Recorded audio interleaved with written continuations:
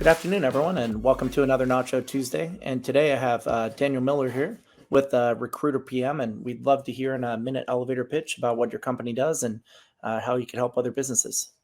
Sure. Thank you for having me, Andy. I'm happy to be here. Recruiter PM is essentially an all-in-one applicant tracking system CRM for recruiting agencies, staffing firms, BPO, as well as corporate hiring teams to use to hire faster. And the whole premise of it is instead of having an app marketplace with, different integrations that you have to figure out which things you need once you get a platform, our platform has everything baked inside. So everything you could possibly need is in one easy to use platform. Easy, I like that. So tell us about how you got to this point in your career. What led you to want to create RecruiterPM in the first place? Course. So I have a little bit of a unique story on that actually. I was not a huge fan of public school growing up. And in high school, I still was, definitely a strong student, but I wasn't challenged. And I had a conversation with the principal about staying in high school or leaving. And they sent me actually to stay enticed in high school to a recruiting firm at 15 years old that Wow, was part of MRI Network, which had 1,100 offices. So at a young age, I learned a lot about that recruiting industry.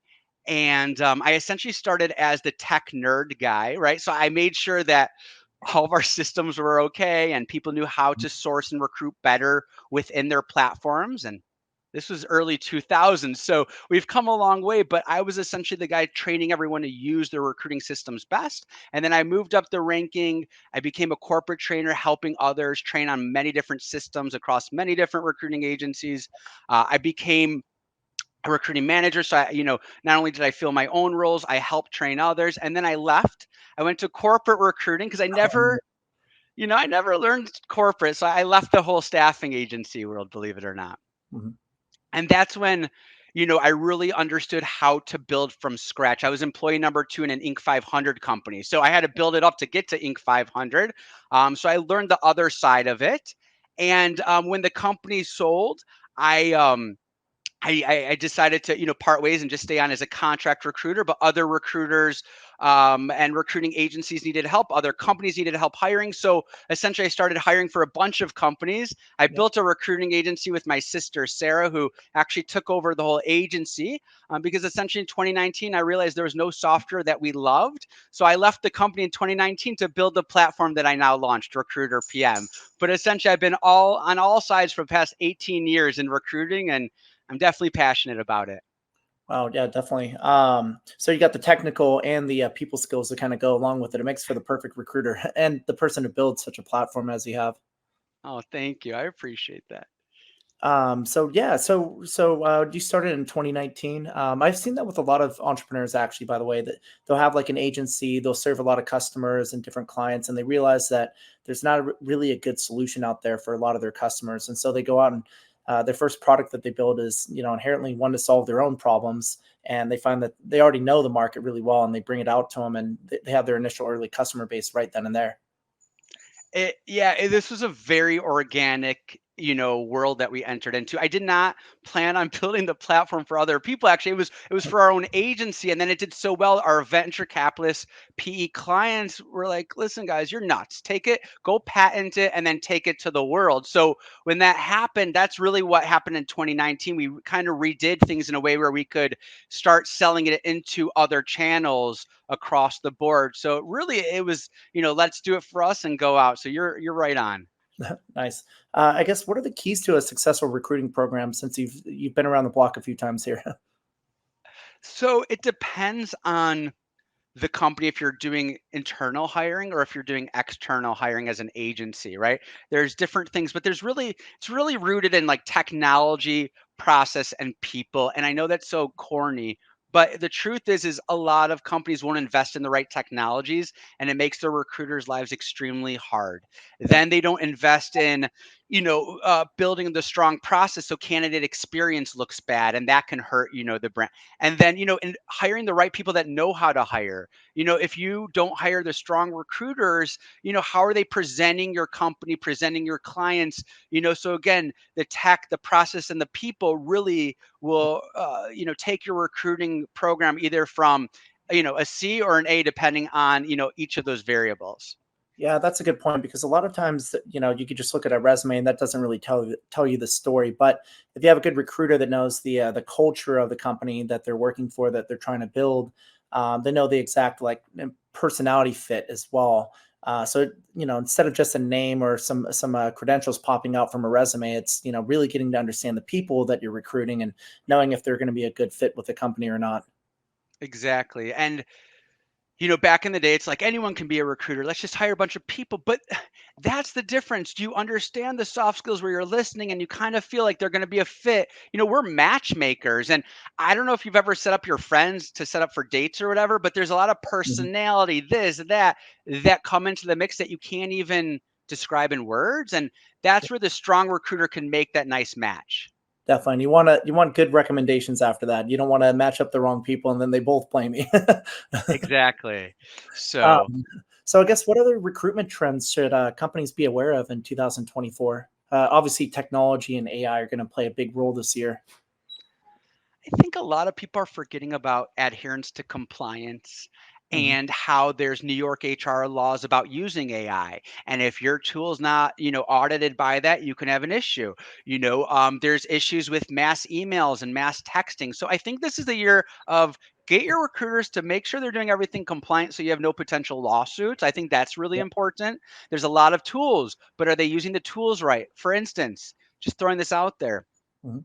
if someone finds a bunch of awesome candidates and they just start cold emailing them, that Yeah. is a cold campaign that follows can spam rules. And if you don't have proper opt out, if you don't have right, and sometimes people aren't doing it. So I think this is the year where if you're not doing those things, you also will be kicked off of major software platforms and there will be issues. So, cold email, opt-ins, that whole world this year is a little bit scary, especially with all the changes with Google and Yahoo this month, and you have to have DMARCs, SPF settings, all of that.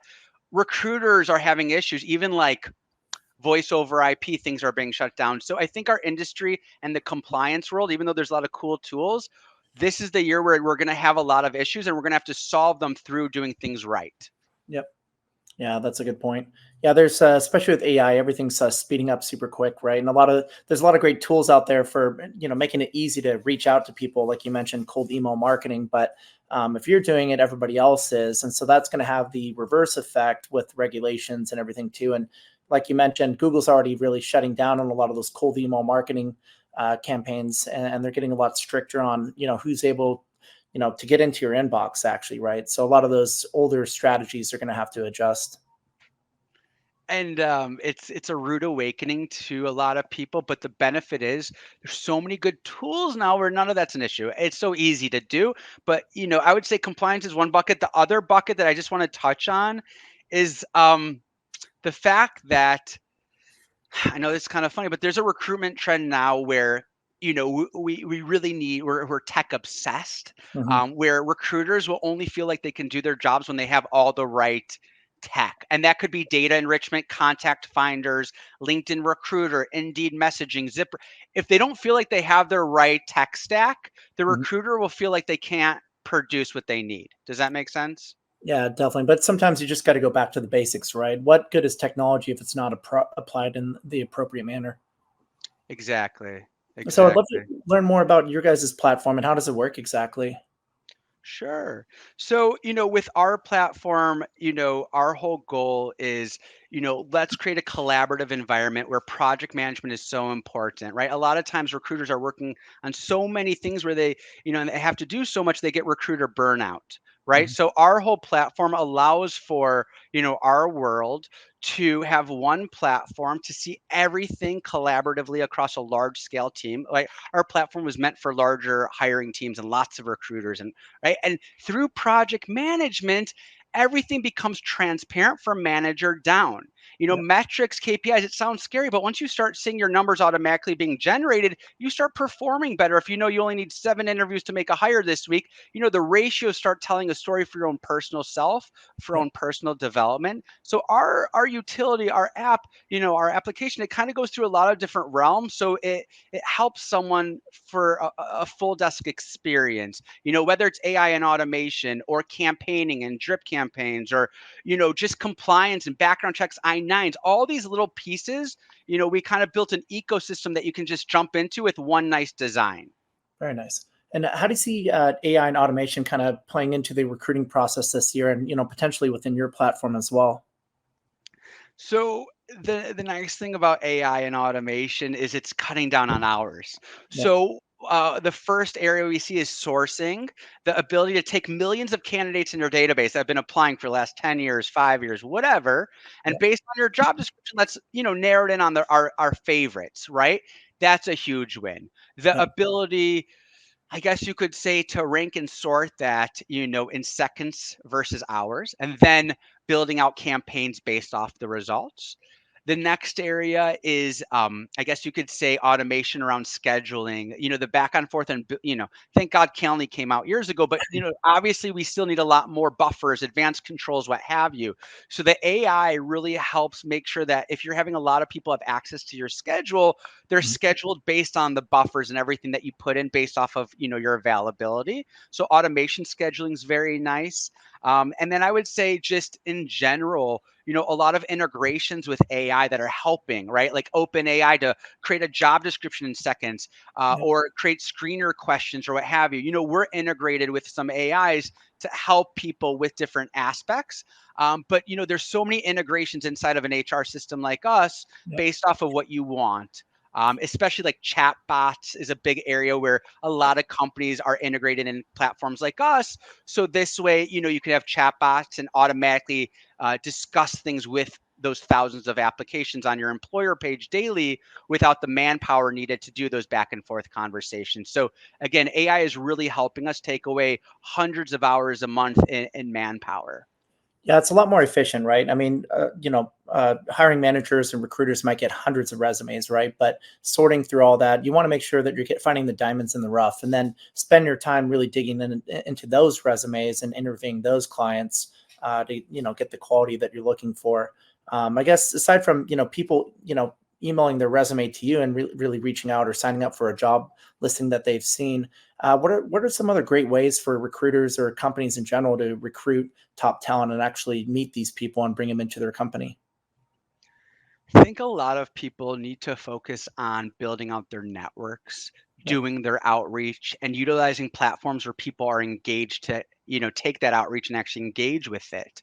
Um, I think that recruiters are becoming smarter with content engagement, and we have really awesome, training companies out there to teach recruiters how to do that training more properly. I think there's a lot of companies out there that are trying to make this process as smooth as possible. So we go out there to the network and have a brand identity and a brand image that attracts more people to us. yeah, How we do our messaging, how we do LinkedIn statuses, all that creates an identity for us. And I think that's really something that people have to nurture. yeah. Beyond just getting a contact to and mass emailing everyone, right? We have to really work on that nurturing engagement element. Yeah, and a lot of employees in the companies like that too. There's more that the nurturing and the handholding, as you call it.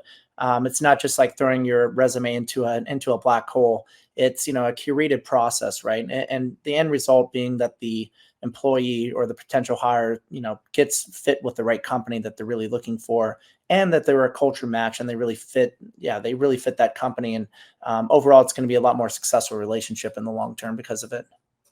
Yeah, and those people that are best are, a lot of times there's a lot of passive talent that they're Mhm, not really looking for jobs, but then they start seeing your content, they see you're messaging them, they mhm. see that you have some type of specialty, and you're Yeah, able to tap into better talent a lot of times through your, organic content and through your outreach that you're doing to everyone, because then everyone knows that you're the guy to hire. And we can go a lot about that even with, like, branding, job board postings, things like that, to get your name out there. But at the end of the day, the more people find out about you, the other talent pools will start connecting to you through them. yeah, definitely, and especially through referrals too. So having a good employee that could refer somebody, it's a lot of it. The best hires are relationship based. A lot of companies are investing in employee referral tools, Yeah, or having that baked into their ATS. We have some of those features baked in too, but because a lot of hires at a lot of major companies actually come through that referral network. So yeah, exactly. yeah. That's a great point because some of the best people to work with in the new company are people that employees have worked with in another company, and they already know they have a good working relationship together. Why should they not be on this team over here, Totally. extending the work history that they have together? Exactly. I agree. And I hope more and more companies take advantage of that, especially, there's some really cool companies that allow you to spread it via social media and have like nice imagery and then Mhm. people refer. All that really helps. And there's a lot of stats behind that. Great, that's great to hear. So I guess what do you see with AI in the future of work? A lot of people are throwing up red flags saying it's going to cut a lot of jobs, but how do you see AI evolving with the workforce over the next few years? You know, There's a lot I think about, and I'm sorry, I'm just like trying to think of there's so many directions. But first of all, AI is helping in the L&D space. All of a sudden, people can learn things and figure out things faster than ever. If Mhm. you're not, on top of what questions to ask someone, boom, AI will tell you, right? So the L&D space on micro learning and in ways of asking questions and learning tidbits of information, it's like a new version of what we used to realize in Google, but now there's like more L&D happening through our question ask experience, Mhm. which is interesting. And then people are then taking that and going into rabbit holes of learning and different things they want to dive into from there. Also, people are, with AI, it's like low barrier Yep. of entry now into everything. So you can dive into anything you need within AI. For instance, if you're not the strongest recruiter in a certain niche, or if you're not the best hiring in certain things, utilizing AI and the back and forth, you'll understand resources to use, websites, job boards. So the AI is just teaching Mhm. people how to do things better, enter into new markets better, Yep. and then it's just making our everyday jobs better and upskilling better. So these little elements of that L&D that I like to mention is something really interesting happening.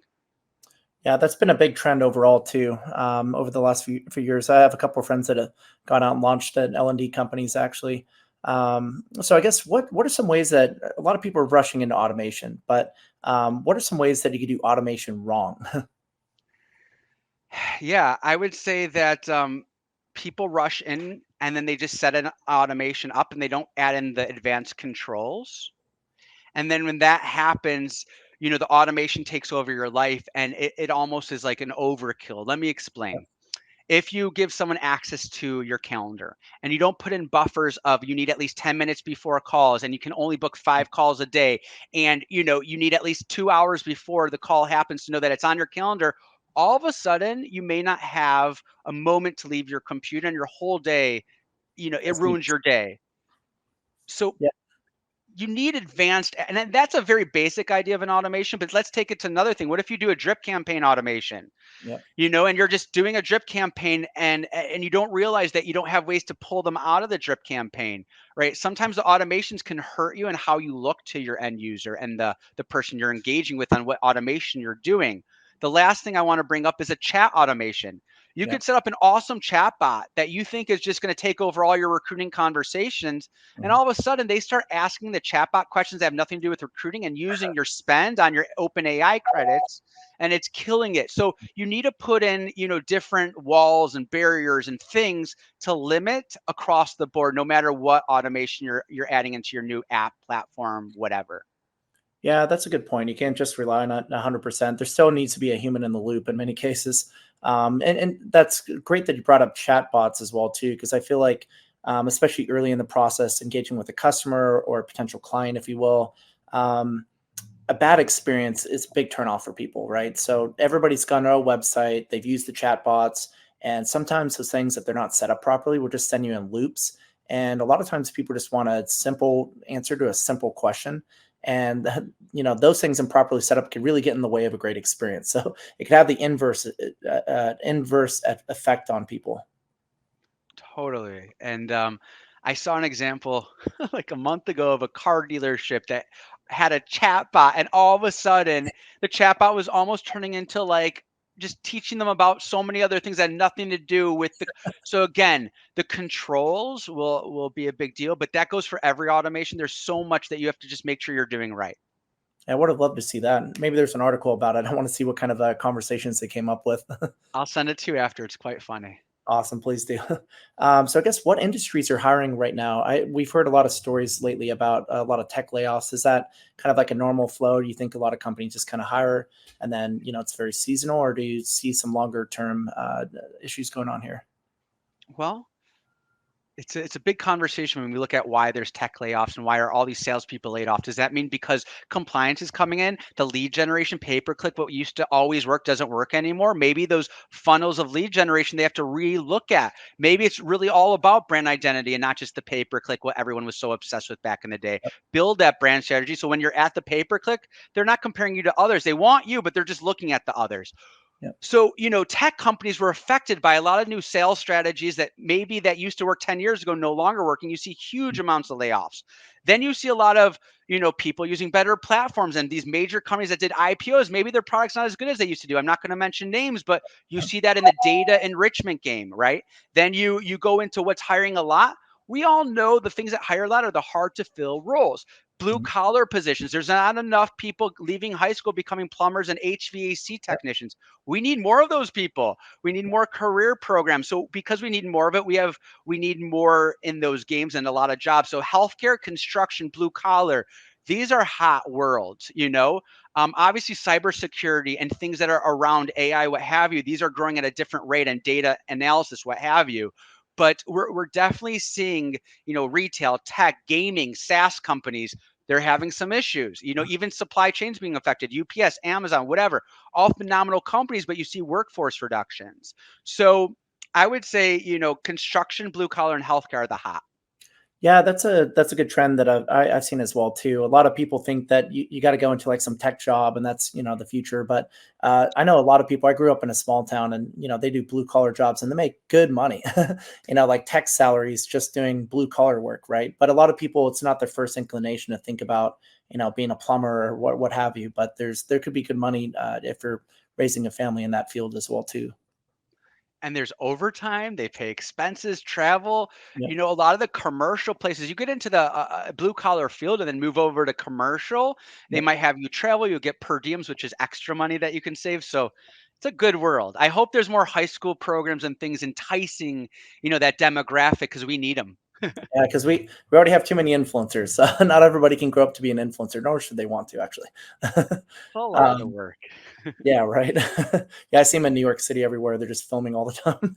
Um, Nice. so I guess failure comes with any profession. Could you tell us about a time you failed and what you learned from it? Yes. Yes.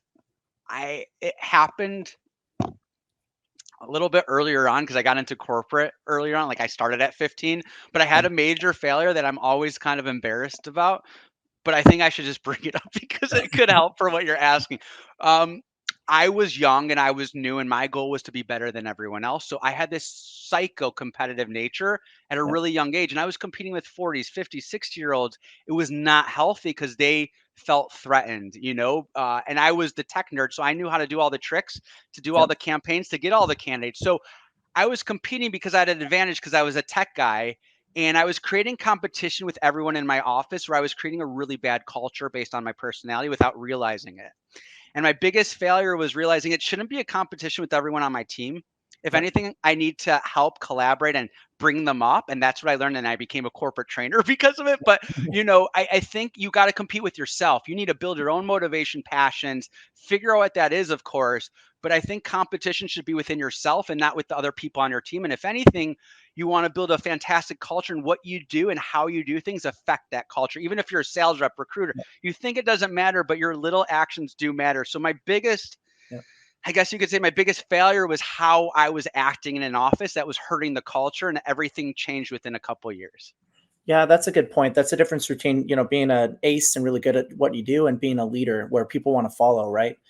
So if you make it like kind of an inclusive thing where, you might be the best, but you don't need to rub it in people's face. You kind of demonstrate your skills, and the results speak for themselves, but you're there to kind of lift everybody up with you, right? And that makes you a natural fit for a leader at that point.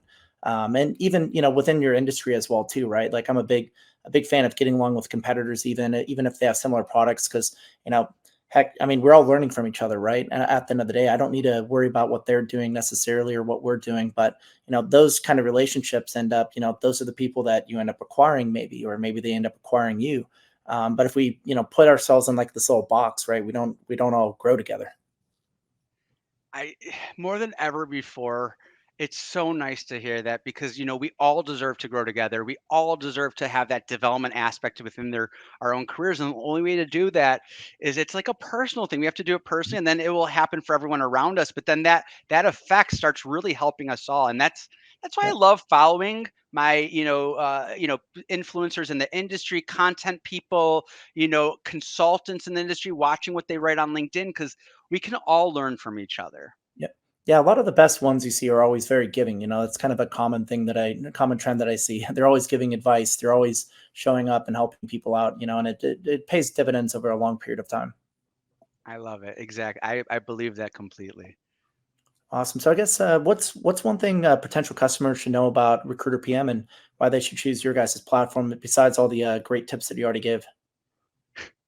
Well, I would say that the platform was built for recruiting and hiring by recruiters that have been in it for so long and got frustrated with everything.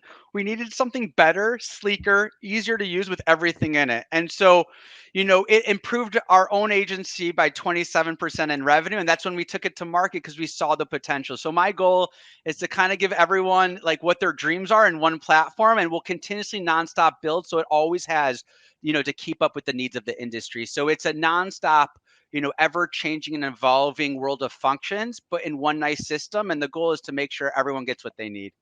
That's great, Daniel. So what's next for you guys? I guess over the next 5 years. Ooh, I love it. It has to do with our product roadmap meeting we just had last week, Yep. and now again this week. But You there's a don't have to huge. spill too many secrets, but just a sneak peek. I'll give you an overall idea of what we're up to. So we want to add in layers of fintech so people can do invoicing, payroll, and all that within the platform, and it's embedded in. So we're going to be adding in a lot of fintech elements this year. Oh, very nice. Okay. Are you guys going to allow for like an open API integration or anything like that? We already have. Well, it's we have an open A. We give it to our clients, but we can allow for obviously lots of integrations because of the API integration we have Mhm. available. It's private, but it's open, which means any customer of ours can use it. It's just not publicly available on the web. But our big thing is adding in fintech and as well as what you just mentioned, but integrations. We're going to be finding an integration company this year. So all of our major enterprises that want to come on and maybe working with Workday or Taleo, they don't have to worry. It will be a seamless process of sending information back and forth. So those are our two, major initiatives this year. Well, very excited about it. Yeah, we look forward to growing with you guys as a company as well. We love these kind of partnerships because our belief, our marketing ethos over here is that a rising tide raises all boats. So we like to see your guys' success and all the cool features that you're launching, and we definitely recommend your product. I've seen a lot of other people in the industry highly recommend it. Anybody watching this today could pick it up today in the B2B SaaS marketplace. NachoNacho, we have it for I think is it 15% off lifetime. Through your marketplace for any NachoNacho members. Oh, perfect. Okay. Yeah, grab it today. Recruiter PM. It's ahead of its time. It's a great recruitment platform, and Daniel looks like a great leader over there. And it comes highly recommended by other people in the industry I've talked to. So check out his product and support their company today. And thanks again for coming on today, Daniel. Thank you so much. It was lovely chatting today. I look forward to chatting again. You too, bud.